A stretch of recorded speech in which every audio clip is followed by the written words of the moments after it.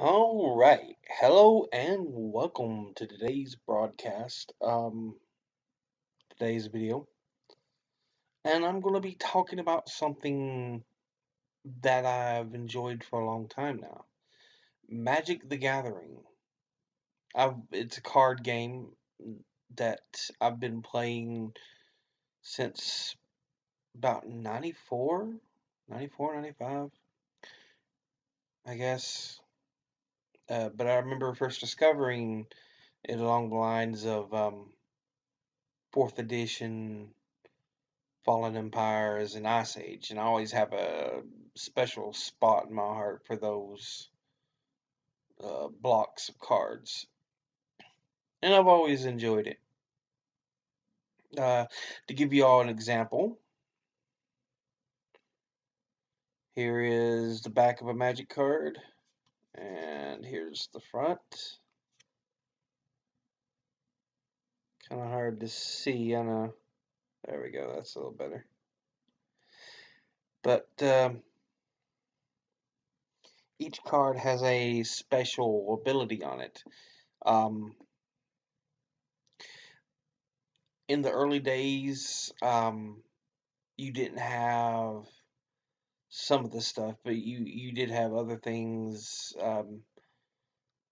There was creatures, lands, um, an instance.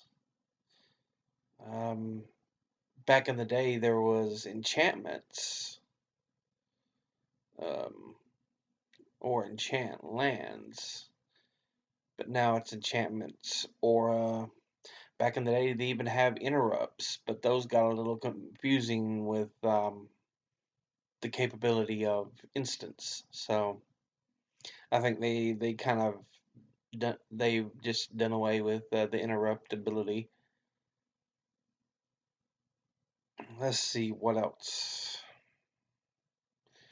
I remember when they introduced planeswalkers. Took me a few boxes, but I got me a Jace the Mind Sculptor when Zendikar was out, and that was pretty fun.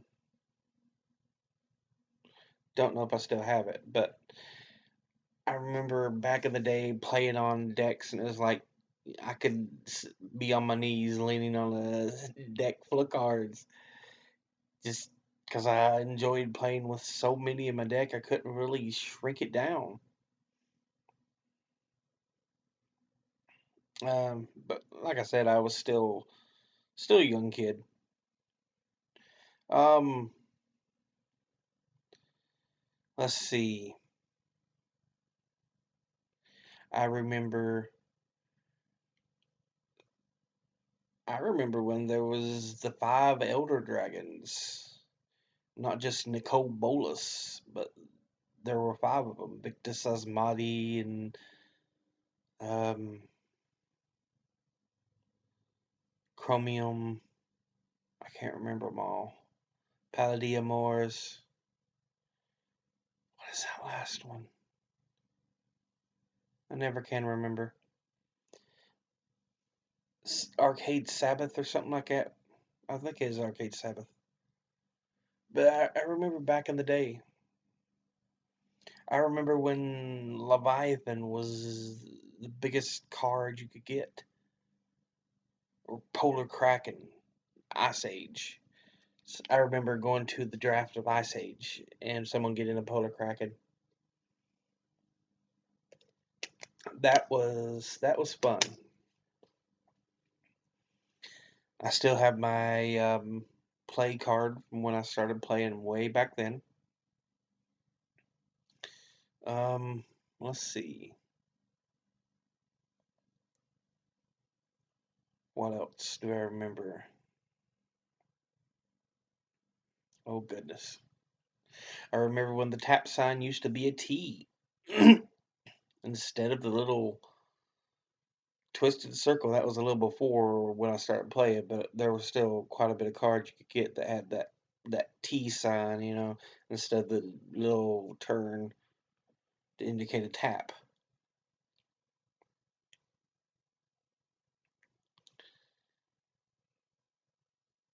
So yeah, I remember Magic quite a bit, and I've played it for so long. The last few years, I haven't got to play too much. Um, I do enjoy playing though. Um, Fourth edition, like I said, I started about fourth edition. Ice Age and Fallen Empires were like the three decks that I remember the most starting out, and those always hold a special place in my heart. I always remember. Uh, I don't have any of the Power Five. I don't have anything like that. Which, if you don't know, the Power Five are the Moxes, um, Mox Ruby, Mox Sapphire, Mox. Is it Power Five, Power Six? Anyway, there's one for each color, which there are five colors, and then there's the Black Lotus, and that card is the most valuable one because it was extremely rare. But if you do have a copy of all of them, those six cards, you'll be doing pretty well. Um, the Lotus, I think, is up in the thousands of dollars, and the Moxes are not too far behind it. So, yeah.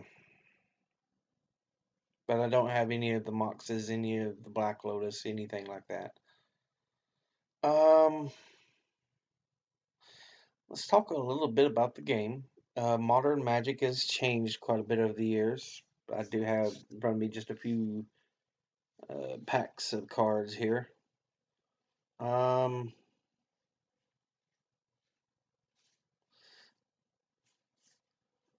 you got your token creatures.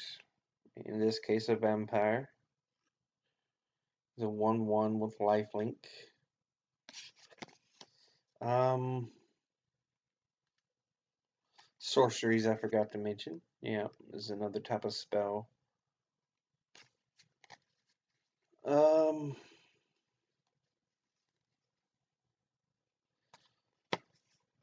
Now it's, yeah, you got your creatures still.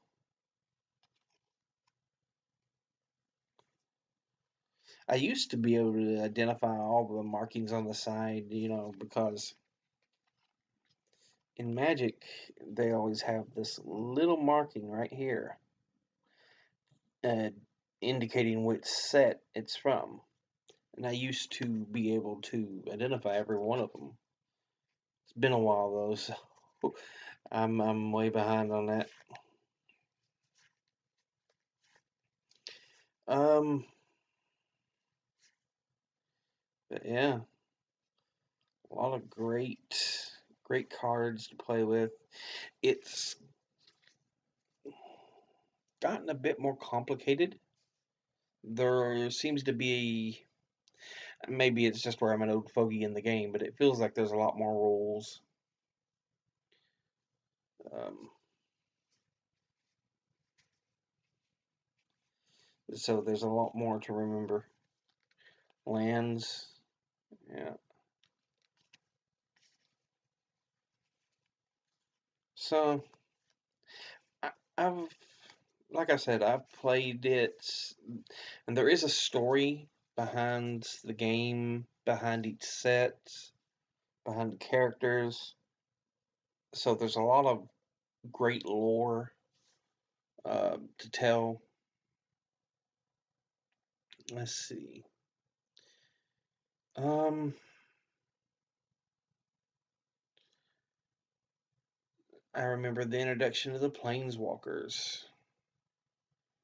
Um, that was crazy to me. It took me a little while to figure them out because, like I said, I was so used to um, playing from way back in the day. But it's probably the most successful card game out there that I can think of.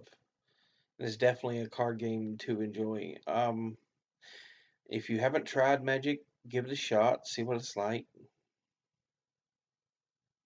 By all means. Um, I haven't brought all my cards and stuff over, so at another place right now, I've got stacks and stacks of books, ring binders that are just filled with cards from all the sets. I mean, a few thousand. It's crazy. And I haven't got to play in a while. I'll probably try to play some more. But I remember playing Magic long ago. I want to get back into it. And I guess this was just kind of an introduction to the game for y'all if you've never played it. Here, let me get out um, a creature so y'all kind of know something about the game. Like here, we have the Prosperous Pirate. Down here, you have is Power and Toughness, a 3/4. Um, the 3 indicates his power, and the 4 is his toughness. So that's how much he can deal out, and that's how much the 4 is how much he can take. So in that means if he was to go up against another person or another creature, you know how much damage he could deal and take. And then there's also abilities on each card. So when the Prosperous Pirate enters the battlefield, um, create 2 colorless token, or let me erase that, treasure artifact tokens with a tap symbol, sacrifice this artifact, add 1 mana of any color to your mana pool. So each some creatures have abilities on them. Not all, but some do. Um, so that's always something added that you have to pay attention to. And then with each, excuse me, and then with each play of the game, there's certain steps. Um, see if I can remember them here. It's untap, upkeep, draw, main phase 1, main phase 2, and I think just in turn. Can't remember. But anyway, untap. You basically, any lands or creatures you tap from the last turn, you untap them, unless their card says differently. So, untap. Your next phase is upkeep. If your creatures have upkeep or cumulative upkeep, that's what you watch. So you pay that amount. Then you have the draw phase, where you draw a card from the top of your deck. Once that's drawn, you go on to the next step. You only allow to have up to 7 cards in your hand. So you always want to keep this in mind. But you draw, and your 2 main phases are when you can declare battle. You can play instants, interrupts, sorceries, and so on. You can only play 1 land per turn, unless you have a spell that allows you to do otherwise. But then you discard. I forgot about discard before in turn, but if you've got more than 7 cards, you discard as many as you can until you're down to 7. If you've got 7 or less, don't have to worry about it. And then you have, it's in my turn, your go. And so that's kind of how a round of Magic goes that I remember, unless they've changed it in the recent bit. Like I said, I'm going to have to get back out and play.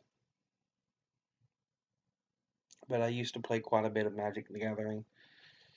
Um, so, yeah, I just wanted to do a little bit of an introduction um, and say hi in regards to that topic. But always remember, educate thyself, read, study, learn, do whatever it takes to pull more information into your head. Educate thyself.